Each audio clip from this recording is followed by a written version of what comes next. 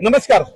आज सोनम वांगचुक यांच्या उपोषणानंतर दिल्लीमध्ये जे काही आंदोलन चालू आहे त्यासाठी समर्थन करण्यासाठी वसईमध्ये देखील भर पावसामध्ये सर्व तरुण, ज्येष्ठ आणि महिला सगळ्यांनी या ठिकाणी आंदोलनाला सपोर्ट दाखवलेला आहे। आणि ह्या आंदोलनाचं आज वसईमध्ये कोणत्या प्रकारे आंदोलन झालेलं आहे याबद्दल बोलण्यासाठी वसईचे मुख्य कार्यकर्ते आता इथे आहेत। ते काय सांगतात ते आपण ऐकूया। साहेब, आज जे आंदोलन झालं त्याविषयी तुम्ही काय सांगाल? दिल्लीमध्ये विद्यार्थ्यांचं शांततामयपणे आंदोलन चालू होतं। या देशामध्ये लोकशाही आहे आणि लोकशाहीचा आत्मा हा संवादाचा आहे। या देशातलं सरकार कोणताही संवाद या तरुणांशी, या विद्यार्थ्यांशी साधायला तयार नव्हतं आणि त्यामध्ये सुद्धा सोहम वांगचुक सारखे एक शास्त्रज्ञ, इंजिनियर या आंदोलनामध्ये या विद्यार्थ्यांना न्याय मिळावा म्हणून आपल्या प्राणाची आहुती देण्यास तयार झाले होते। अशा परिस्थितीत काही दिवसापूर्वी त्यांना पोलिसांनी जबरदस्तीने उचलून हे आंदोलन चिरडण्याचा प्रयत्न केला, परंतु या देशामध्ये लोकशाही आहे आणि या लोकशाहीप्रमाणे या देशातल्या प्रत्येकाला आपल्या अधिकारासाठी, हक्कांसाठी संघर्ष करण्याचा अधिकार आहे। मोदी सरकार गेले अनेक दिवस, अनेक वर्ष ज्या हुकुमशाही पद्धतीने चालत आहे, आपला कारभार चालवत आहे, त्या पद्धतीने हे आंदोलन चिरडण्याचा प्रयत्न केला। त्याचा परिणाम आज जंतर मंतरवर अनेकांना पाहायला मिळाला। अनेक युवक, अनेक तरुण, अनेक विद्यार्थी त्या आंदोलनात सहभागी झाले। लाठीचार्ज झाला, अश्रुधुराच्या नळकांड्या फोडल्या, तरी सुद्धा ते आंदोलन थांबलेलं नाही। या देशाला परंपरा आहे महात्मा गांधीजींची, या देशाला परंपरा आहे लोकमान्य टिळकांची। अनेकांनी या देशातील स्वातंत्र्य मिळवण्यासाठी आपलं योगदान दिलेलं आहे आणि ती लोकशाही आज देशामध्ये त्यामुळे नांदत आहे।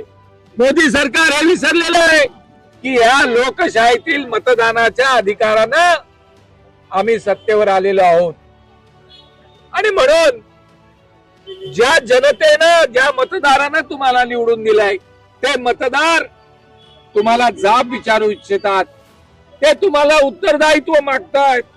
त्यांच्याकडे दुर्लक्ष केलात तर तुमची सत्ता या देशातील तरुण, युवक हे खाली खेचल्याशिवाय राहणार नाही।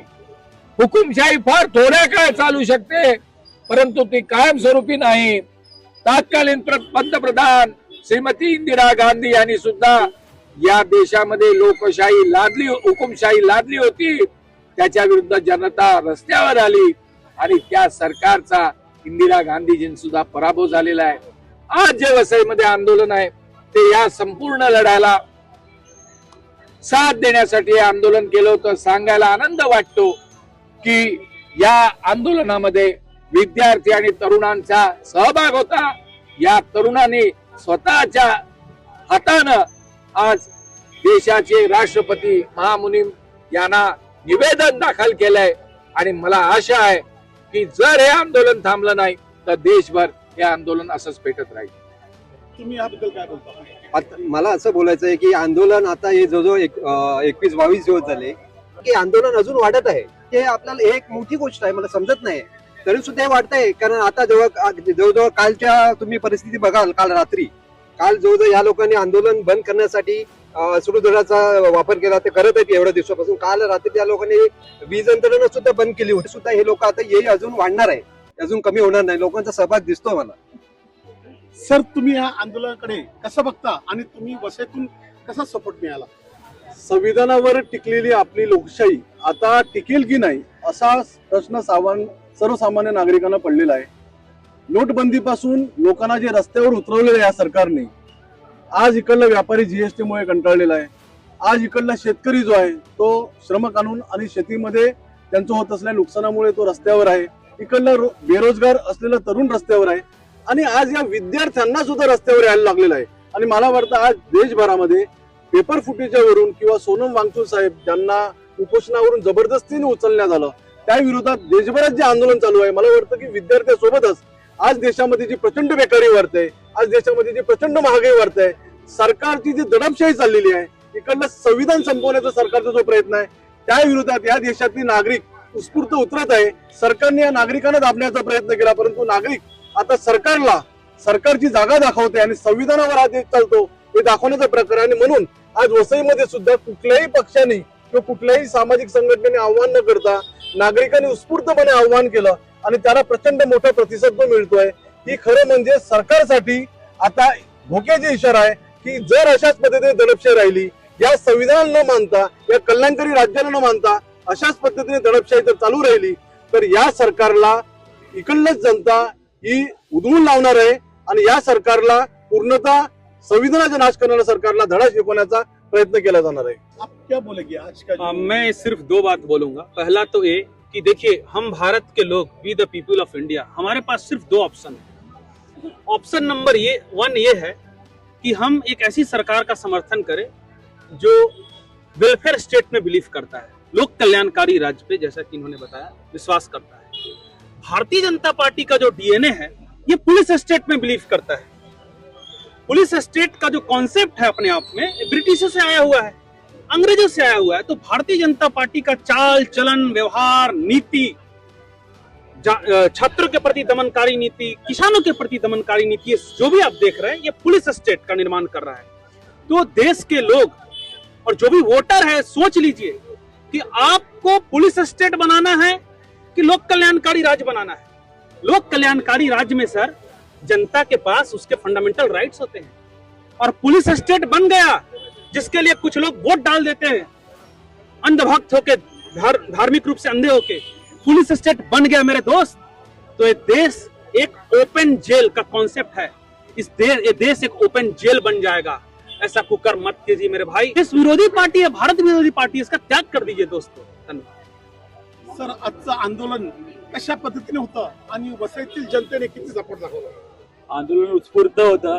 एक घमंड आणि एक गर्व मोदींना झालेला आहे की मी या पदावरती आहे आणि मला कोणीच उत्तर म्हणजे विचारू शकत नाही. मी काही करो, मी पेपर लीक करो किंवा मी सैनिकांवर अटॅक करो, मी त्या शेतकऱ्यांवर अटॅक करो किंवा कोणतेही कायदे आणू, मी एमपी फोडो, मी एमएलए फोडो, मी ज्या पॉलिटिकल पार्टीज आहेत, रिजनल पॉलिटिकल पार्टीज, त्यांना तोडो, मला कोणी प्रश्न विचारणारा नाहीये. ही जी मोदीच्या आतमध्ये जो एक अहंकार झालेला, एक घमंड झालेला आहे त्याला, की मला कोणी काही विचारू शकत नाही आणि माझं कोण काही वाकडं करू शकत नाही, त्याच्या गालावरती ही चापराक आहे. जसं आज जंतर मंतर वरती लाखो पोरं गेली, जे यंगस्टर गेले, आज इथे सुद्धा खूप यंगस्टर आलेले होते आणि नवीन आले होते. आम्ही तर चळवळीत आम्ही आंदोलन करत राहतो, पण आज आम्ही पाहिलं की असंख्य नवीन चेहरे आले होते, तरुण आले होते आणि त्या तरुणांनी येऊन स्टेजवर येऊन त्यांनी भाषणं केली आणि त्यांनी आपल्या व्यथा मांडल्या. तर मोदीला जो अहंकार झालाय की मीपणा जो आहे त्याच्यामध्ये, ते कुठेतरी त्याला चापरा काय, त्यांनी आता बस करावं. त्यांनी SIR मध्ये त्यांनी लोकांना लाईनला लावलं, त्यांनी नोटबंदीला लाईन मध्ये लावलं, त्यांनी शेतकऱ्यांची अक्षरशः हालत करून ठेवली, त्याने आता तरुणांवरती केलं त्यांनी. म्हणजे काय चाललंय काय? म्हणजे मोदी म्हणजे एक कल्कीचा अवतार झालाय की काय? तसं पण त्याला विष्णूचा अवतार सांगतात, तो कल्कीचा अवतार झालाय की काय असं झालंय. पण या मोदीला समजलं पाहिजे, 70-75 वर्षाचं झालेलं आहे, तुला मूलबाळ नाहीये, पण लोकांचे मूलबाळ आहेत, त्यांना शिक्षण चांगलं मिळालं पाहिजे, त्यांना आरोग्य चांगलं मिळालं पाहिजे. पण या घमंडी मोदीने संपूर्ण देशाला अक्षरशः देरीस आणलेला आहे आणि त्याचा उत्स्फूर्त प्रतिसाद आज आम्हाला मिळाला आणि देशभर मिळेल. आणि इथं आज सुरुवात होती, यानंतर सुद्धा पुढे अनेक आंदोलनं होतील आणि कोणी मरायला, जेलमध्ये जायला कोणी आता घाबरत नाही, कारण शेवटी पाणी नाकाच्या वरती गेलं की मग सगळं संपलं. मग आता कुठलाही तरुण असेल किंवा कुठलाही आंदोलनकारी असेल किंवा कुठलाही जो व्यक्ती असेल जो संविधान मानतो, तो आता मरायलाही घाबरत नाही आणि जेलमध्ये जायलाही घाबरत नाही. हा अंत आहे. आता जर आपण फाईट नाही केली तर उद्या आम्ही लोकशाही बघणार पण नाही. आमच्याकडे फक्त राजेशाही चालेल, आमच्याकडे हुकुमशाही चालेल आणि हे भाजपावाले म्हणतील, हे राईट विंग वाले म्हणतील, हे RSS वाले म्हणतील, हे बजरंग दलवाले म्हणतील, तेच या देशामध्ये चालू राहील. त्यामुळे आम्ही हे चालू देणार नाही. आमचं शेवटचं रक्त असेपर्यंत आम्ही लढणार, फाईट करणार. आता जर का अजून देखील सरकारने राजीनामा नाही दिला, शिक्षण मंत्र्याचा राजीनामा नाही घेतला, तर पुढचं तुमचं काय पाऊल असणार आहे? मोदीला राजीनामा द्यावाच लागेल. आणि त्याचबरोबर मोदी काय आणि हा धर्मेंद्र प्रधान काय राजनाथ सिंग सुद्धा काय, तुम्हाला सर्वांना माहितच आहे. आपल्या सिंदूर आंदोलनाच्या वेळी म्हणा किंवा सिंदूर युद्धाच्या वेळी म्हणा, आपल्या देशातले 6 सैनिक शहीद झाले. या संदर्भात लोकसभेत प्रश्न विचारला गेल्यानंतर राजनाथ सिंग खोटे बोलले, सांगितले एकही सैनिक शहीद झालेला नाही. आणि आता सिद्ध झालेलं आहे की राजनाथ सिंग खोटं बोलत आहेत आणि 6 सैनिक शहीद झालेले आहेत. त्यांनी शहीदांचा हक्क नाकारला. त्या सरकारला सत्तेवर बदलण्याचा अधिकार नाहीच. इतका खालच्या पातळीवरती सरकार गेलेलं आहे. त्याचबरोबर आणखी सांगेन मी, हा धर्मेंद्र प्रधान कोण आहे? एवढं काय त्याला लागून गेलं की त्याचा तुम्ही राजीनामे घेतले नाही. सर्व युवकांची ताकद तुमच्या पणावर लावलेली आहे.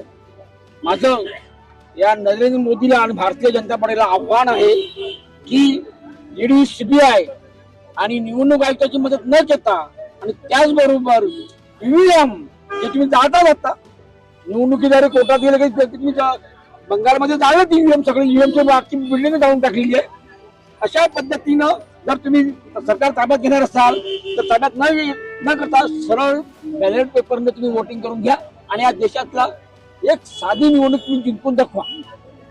जिंकू शकत भारतीय जनता पार्टीला जनाधारच नाहीये. हा सगळा ईव्हीएमचा आणि त्याचबरोबर निवडणूक आयुक्ताचा जो त्यांनी बळजबरी बसवलेला आहे आणि त्याचबरोबर म्हणे ईडी, सीबीआयच्या धमकीचा आहे. प्रचंड करोड रुपये त्यांनी कमावलेले आहेत. एवढे कमावले, एवढे भारतीय जनता घेतलेले आहेत की त्यांनी अदानीला, अंबानीला सगळं या देश विकून टाकले. तोच पैसा पुन्हा यांनी घेऊन आमदार आणि खासदार खरेदी करून हे सरकार बनवत आहे. नाहीतर निवडणूक घेऊन दाखवा आणि जनतेसमोर या, बघा हा युवक तुम्हाला कसा लढवतो. तर आपण बघितलं या ठिकाणी वसईमध्ये जे आंदोलन झालेलं आहे आणि सोनम वांगचुक ह्यांना जो सपोर्ट दाखवलेला आहे तो फक्त तरुणांनी नाही तर वसईतील संपूर्ण जनतेने एकत्र येऊन कोणत्याही प्रकारचं पार्टीचं किंवा कोणताही सिंबल नसताना आज वसईतील सर्व जनता एकत्र आली आणि ह्या ठिकाणी 1 दिवसाचं आंदोलन पुकारलं.